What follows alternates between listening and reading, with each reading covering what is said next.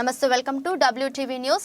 ఆడబిడ్డపై ఇలా ప్రవర్తించడం పాపం. షర్మిల వైఎస్ఆర్ ఆత్మ క్షోభిస్తుంది. ఈ ఘటనపై అమ్మ కూడా బాధపడుతుంది. వైఎస్ఆర్ బిడ్డ పోరాటం చేసింది నిరుద్యోగుల కోసమే.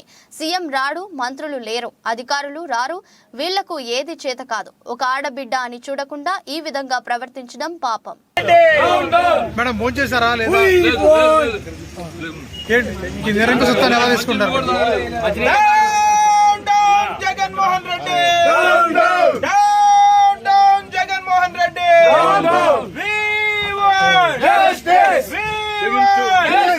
పోలీసుల దౌర్జన్యం. మేడం రాజశేఖర రెడ్డి గారి ఆత్మ ఏమంటుంది?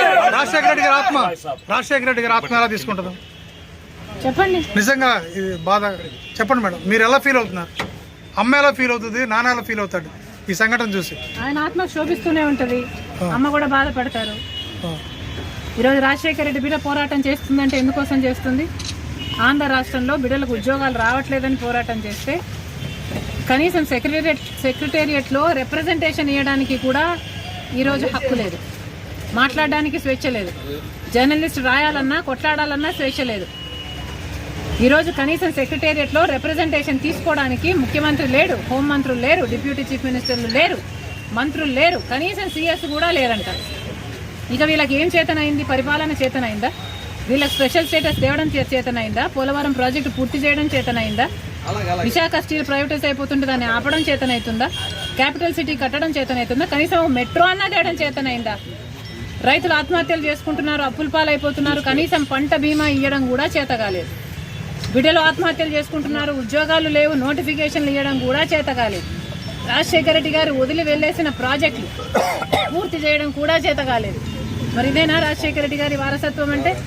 ఆలోచన చేయాలి. ప్రజల కోసం కొట్లాడుతున్నాం మేము ఈరోజు కనీసం కనికరం లేకుండా, మహిళలను చూడకుండా రాత్రి నన్ను పార్టీ ఆఫీస్లోనే ఉండేటట్టు చేశారు. పాపమే. ఆంధ్ర రాష్ట్ర ప్రజలకు, ఆంధ్ర రాష్ట్ర యువతకు చేస్తున్నది వీళ్ళు పాపమే.